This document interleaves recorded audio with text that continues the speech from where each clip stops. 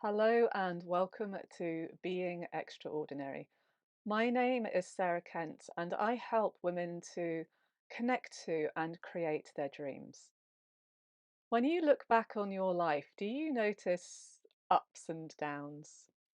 Being resilient can help us to navigate those difficult times with some degree of ease. And this video series is all about how we can build our resilience. Today, I'm going to talk about coping when things go wrong. And I'm going to share 3 healthy coping mechanisms or methods, along with examples of practices that can really help us to nurture our resilience. Now, if you're a woman and you find this helpful, you'll find a lot of value and support in my Facebook group, Being Extraordinary. You'll see the link to that group in the description below this video. I'd love to see you there. Now, coping methods are anything that we use to help us to navigate our way through the times when life has simply thrown a spanner in the works. However, not all coping methods are healthy, and I'm sure we could all list more than a few that we've indulged in over the years. The key is being able to notice when we're doing something which ultimately doesn't support our well-being, and to remember that gives us a choice. We can choose a healthier coping method instead. Knowing how we can support ourselves to cope in tough times can really help to build our resilience. So I'm going to share 3 healthy coping strategies with you. See if you notice which ones are your go-to and if there's something new that you'd like to try. The first strategy is emotion focused coping. Now, as you might expect, this focuses on managing our emotional response to an event. There are many ways to do this, and I describe a few in my 30-page free ebook. It can also help to reduce the impact of things which are causing stress, especially in the long run for things that perhaps we cannot change. One way to help support yourself emotionally in difficult times is simply using breathing techniques to help you become more present. This helps to calm the mind and relax the body. Often simply taking a step back and a deep breath, it's going to help slow down a racing heart and help us make a better decision in the moment. Another way to help support yourself emotionally is journaling. And this can be used simply to help to deepen your understanding of a situation instead of actually problem solving. And this is one of the methods that I actually used after my dad died during COVID. I journaled every morning about how I was feeling, what was on my mind, as well as what I wanted to happen. And this really helped me to feel calmer during the rest of the day. And I was better able to stay focused when I was working. Okay, the second strategy is problem focused coping. When we do this, we analyze what's happening or what's happened to really deepen our understanding. And then we're working to discover solutions followed by a course of action. And this method of coping is said to be the most effective way to tackle life's problems.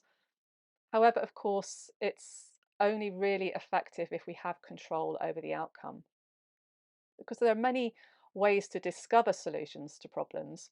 And one of the ways that I like most involves first learning as much as I can about the problem. So if something's gone wrong, I will just get as much information as I can about what's happened.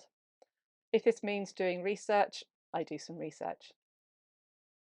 I then think about what I'd like to have happen without worrying about the how.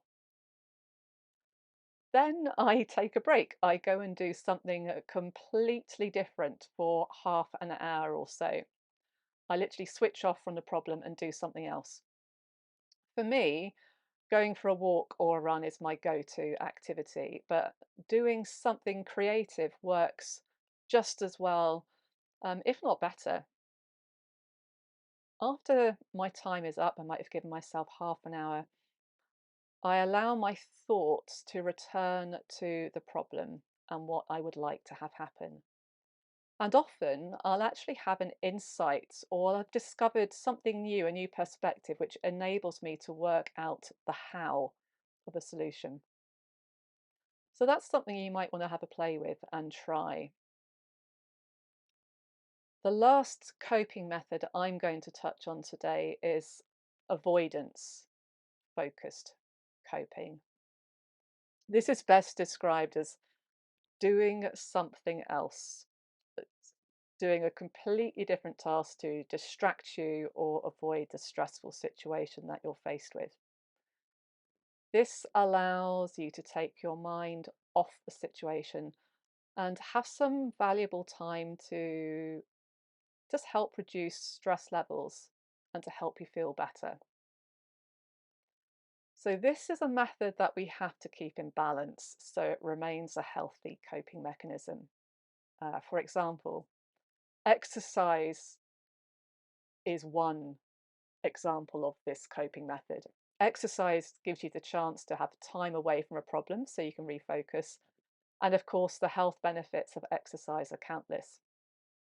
However, as with other coping strategies, it's important that exercise doesn't become excessive or compulsive. It is possible to have too much of a good thing, even exercise.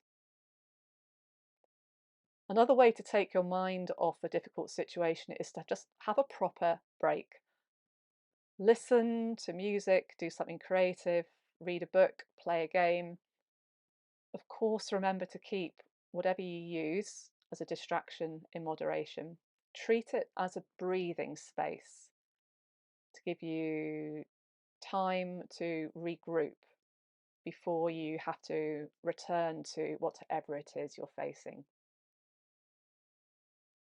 So I hope you found those three strategies helpful today, because when we have these tried and tested methods to help us cope in challenging situations, we do become more resilient as we know that we have ways to support ourselves. I'd love to hear from you in the comments what healthy coping strategies you use when life gets tough. As I mentioned at the beginning, if you're a woman who has a dream and who wants to make a difference in or with your life, I invite you to join my Facebook group, Being Extraordinary. I'll put the link in the description below the video. Just request to join and I'll welcome you in personally. And if you join right now, there is a free audio class for you to download all about how to get unstuck. I'm Sarah Kent, and until next time, be extraordinary.